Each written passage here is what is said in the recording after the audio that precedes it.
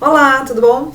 Hoje então é a nossa segunda aula do tecido conjuntivo. Meu nome é professora Estafa Ledeboa. Os tópicos da nossa aula de hoje são os tipos celulares que a gente encontra no tecido conjuntivo, tá? Quais são os tipos celulares que a gente encontra no tecido conjuntivo? Fibroblastos, macrófagos, mastócitos e plasmócitos, tá?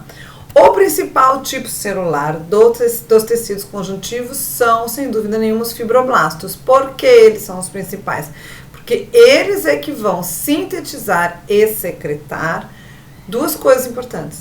As moléculas precursoras das fibras extracelulares, que são quem? São as fibras colágenas, as fibras reticulares e as fibras elásticas, ou seja, todas as fibras que eu posso encontrar no tecido conjuntivo. São os fibroblastos que sintetizam e secretam. Que mais? Eles também sintetizam e secretam a substância fundamental amorfa. O que é isso? São proteoglicanas e glicoproteínas estruturais nas quais as fibras estão mergulhadas. As fibras e, evidentemente, as próprias células. Então, o fibroblasto é o ator principal porque ele é que sintetiza e secreta toda a matriz do tecido conjuntivo, tá? Essa aqui, então, é uma imagem do teu fibroblasto, o núcleo, bem desenvolvidinho. É uma célula sempre alongada, espichada, com algumas pontinhas, tá? Não é uma celulinha nem redonda e nem quadradinha, ela é toda estreladinha, assim, com pontinhas, tá? Em detalhe, você observa que o autor aqui representou uma série de organelas citoplasmáticas, porque, gente, se ela está sintetizando e secretando esse monte de coisa, ela tem que ter toda a maquinária intracelular de síntese proteica muito bem desenvolvida. Síntese e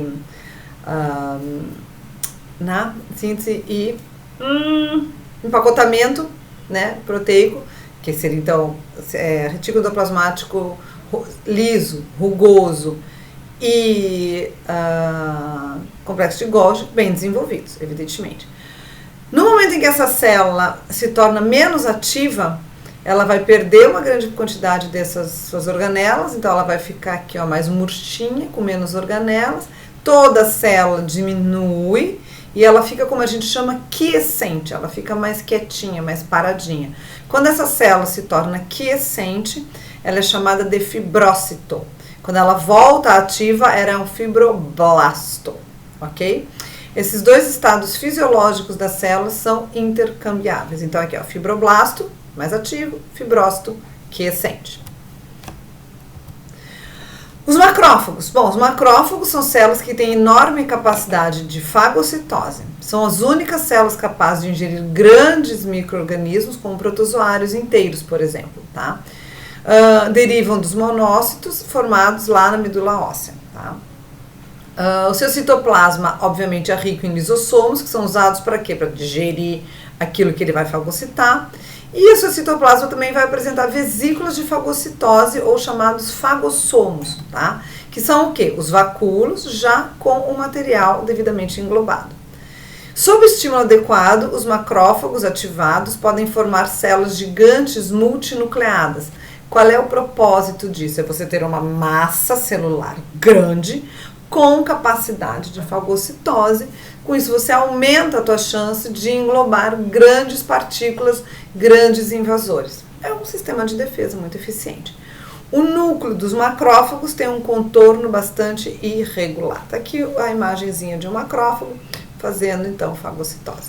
Funções principais do macrófago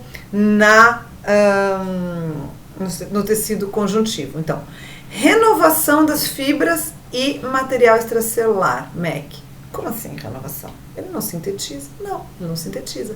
Mas ele ajuda na renovação.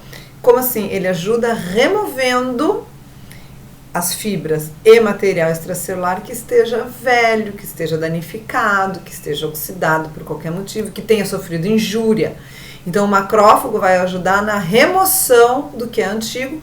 Para quê? Para que o fibroblasto possa vir e sintetizar um novinho no lugar. Se você não tirar o lixo antes, ou o lixo, enfim, aquilo que já está velho antes, você não tem como colocar um novo no lugar. A física te diz isso, duas coisas não podem estar no mesmo lugar ao mesmo tempo.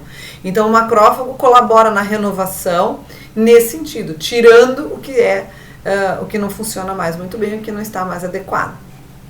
Tem função de apresentação de antígenos aos linfócitos e produção de citocinas.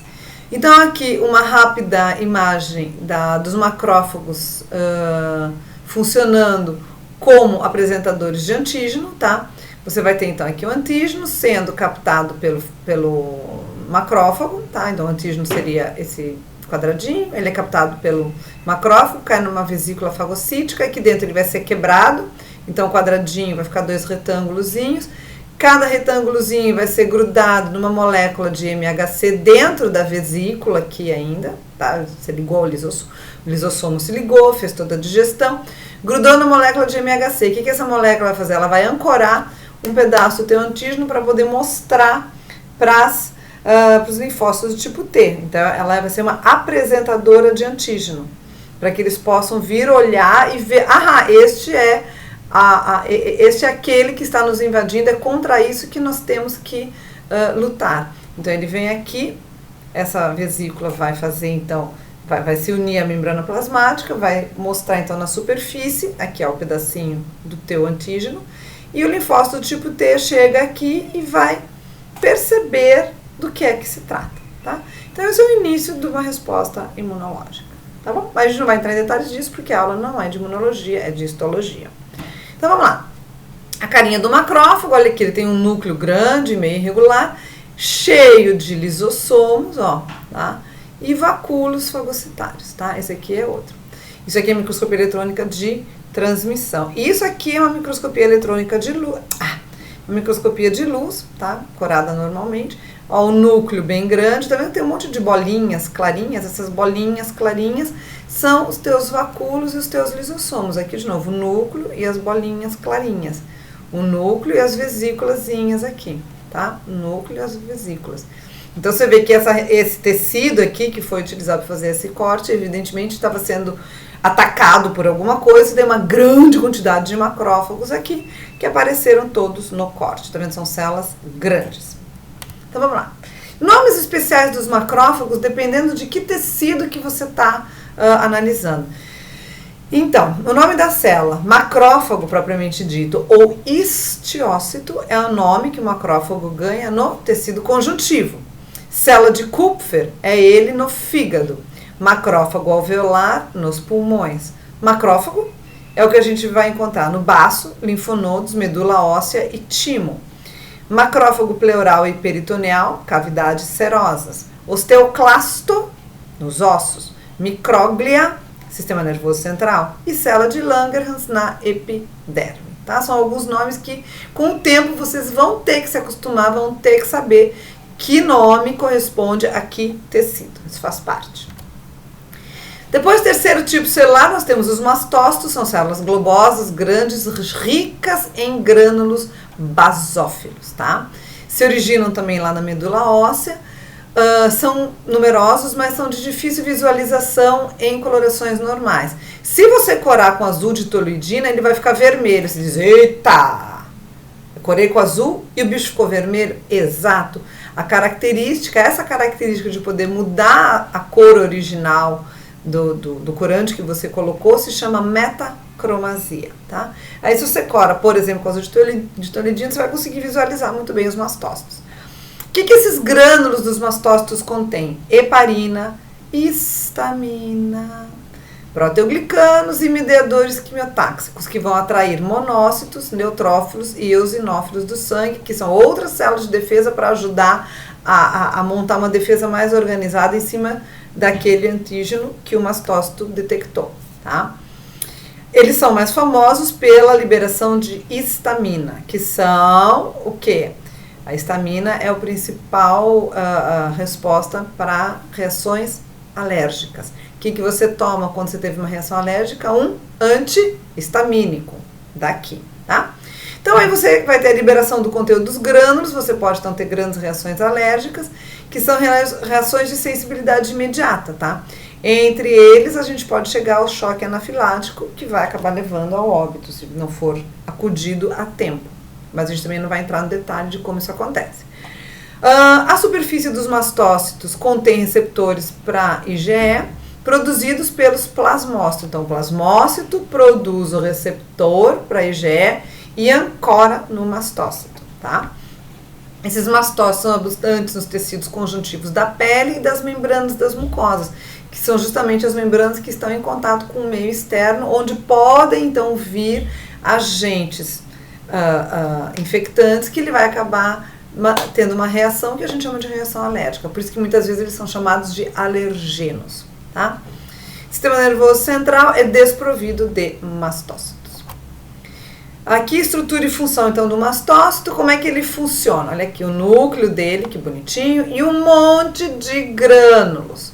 Muito bem, então você tem aqui, ó, o receptor para IgE. Aí vem o IgE e é ancorado aqui no receptor. Esse IgE foi produzido pelo plasmócito. Muito bem, quando esse IgE, você precisa de 2 deles, tá? Para que um antígeno se ligue ao IgE, você precisa deles em dupla, tá? Tem que ser uma duplinha de IgE. Então, antígeno específico, também chamado de alergeno, porque é reações alérgicas, se liga aos receptores de 2 moléculas adjacentes de IgE, tá? Tem que ser 2 para funcionar. Ancorados, evidentemente, no seu receptor. Quando isso acontece, você vai ter mobilização de cálcio citosólico e, em seguida, você vai ter a liberação de mediadores dos grânulos, tá? Mediadores lipídicos e citocinas. Então, nos primeiros 5 minutos, você vai liberar histamina, heparina, triptase e cimase. De 5 minutos a meia hora, você vai liberar os leucotrienos e as prostaglandinas. E em minutos ou horas passadas da primeira ativação, você vai liberar outras citocinas, tá? Que serão, por exemplo, o fator alfa de necrose tumoral e interleucinas 4, 5, 6 e 13. Tá? Esse é o geralzão do mecanismo de um mastócito. Tá aqui a carinha dele, olha que bonitinho. Isso aqui é uma microscopia de luz, olha aqui o núcleo dele e uma enorme quantidade de grânulos no citoplasma, super bonitinhos, tá? E aqui, ó, isso aqui é uma microscopia eletrônica de transmissão, o núcleo e um monte de vesículas no seu interior. Esse aqui é um mastócito íntegro e este aqui é um mastócito degranulado. Isso aqui, ambas são microscopias eletrônicas de transmissão. Observe que aqui ele está todo degranuladinho, ele liberou todos os seus grânulos, tá? E por fim, então, nós temos os plasmócitos. São células ovoides, citoplasma basófilo, muito retículo endoplasmático rugoso. Origina-se dos linfócitos do tipo B, também chamados de células do tipo B. Tá? São poucos numerosos, normalmente, a não ser que você esteja num lugar sujeito à penetração de bactérias e proteínas estranhas. Aí você vai ter uma grande quantidade de plasmócitos, tá? São muito numerosos nas inflamações crônicas, é um indicativo de que ali você está tendo uma inflamação se tem muito plasmócito, porque ele é justamente uma célula de defesa de novo. O que é que os plasmócitos fazem mesmo? Sintetizam e secretam uma única classe de imunoglobulinas, que são quem? Os anticorpos. Tá? Então essa é a função dele. Por isso que numa inflamação crônica você vai ter uma grande quantidade deles.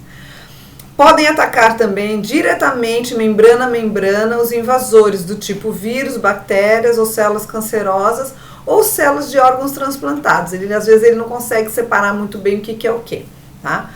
Porque tudo isso são células que não pertencem ao teu sistema. Então são células non-self, ele reconhece como algo invasor e vai tentar atacar, tá?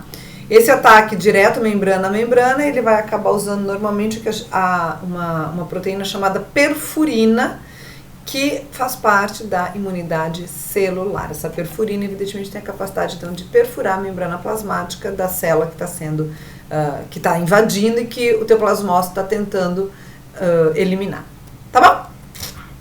Então tá aqui a carinha do plasmócito, ó, um núcleo bem grandinho, bem bonitinho, tá? A gente diz que esse núcleo é um núcleo em formato de roda de carroça, tá? A gente diz roda de carroça pela sua organização. Grande quantidade de retículo endoplasmático e tudo mais, tá? E aqui a carinha, isso aqui é um desenho, aqui a imagem dele, olha que bonitinho, o plasmócito bem bonitinho, e aqui em microscopia eletrônica, de novo, com a roda de carroça, um núcleo bem diferente, ele é bem típico dos plasmócitos. Aqui a origem dos plasmócitos, como é que eles surgem? Então, olha lá, tudo começa com o nosso macrófago apresentando antígeno, lembra? Então, o antígeno é captado pelo macrófago. Lembra que ele é uma célula apresentadora de antígeno. Está aqui o macrófago, está aqui o meu antígeno em vermelho, a quadradinho, ele é capturado. Muito bem, o antígeno vai ser armazenado aqui na tua vesícula fagocítica, vai ser quebrado através da ação das enzimas que estão no lisossomo. Os pedacinhos vão ser ancorados, vão ser ligados aqui nas moléculas de MHC.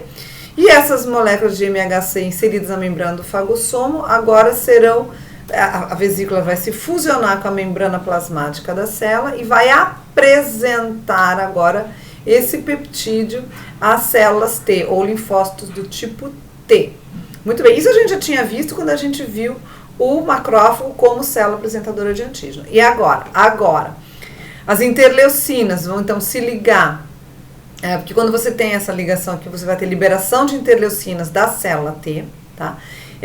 Ou linfócito do tipo T, essas interleucinas vão se ligar agora ao linfócito do tipo B, adjacentes, induzindo essa divisão mitótica, aumentando a sua quantidade.